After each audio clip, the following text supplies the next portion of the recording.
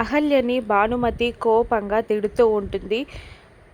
ఒక అగ్రిమెంట్ చూపిస్తూ, నీ నాటకాలు నా దగ్గర కావే, నీ మెడలు ఎలా వంచాలో నాకు బాగా తెలుసు అని భానుమతి అంటూ ఉండగా అహల్య షాక్ అయి చూస్తూ ఉంటుంది. తనేం తప్పు చేసిందో తెలియక. మళ్ళీ భానుమతి ఇలా అంటూ ఉంటుంది, నేను ఒక అగ్రిమెంట్ రెడీ చేశానే అని అంటూ ఆ అగ్రిమెంట్ పేపర్స్ని అహల్య చేతికి అందించి చూడమన్నట్టు కోపంగా చూస్తూ ఉంటుంది భానుమతి.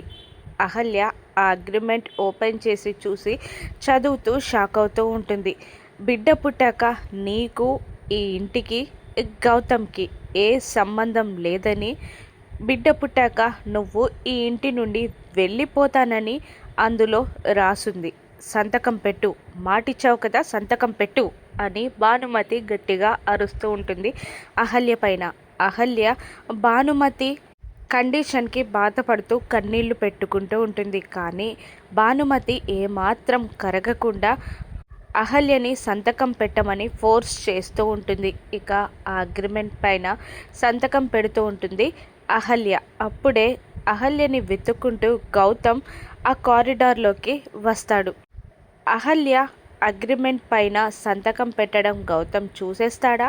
భానుమతి అరాచకం నుండి అహల్యని గౌతమ్ కాపాడతాడా? లేదంటే బిడ్డ పుట్టాక అహల్య గౌతమ్ బిడ్డకి దూరం అవుతుందా? రాను ఎపిసోడ్స్లో చూద్దాం. Thank you for watching.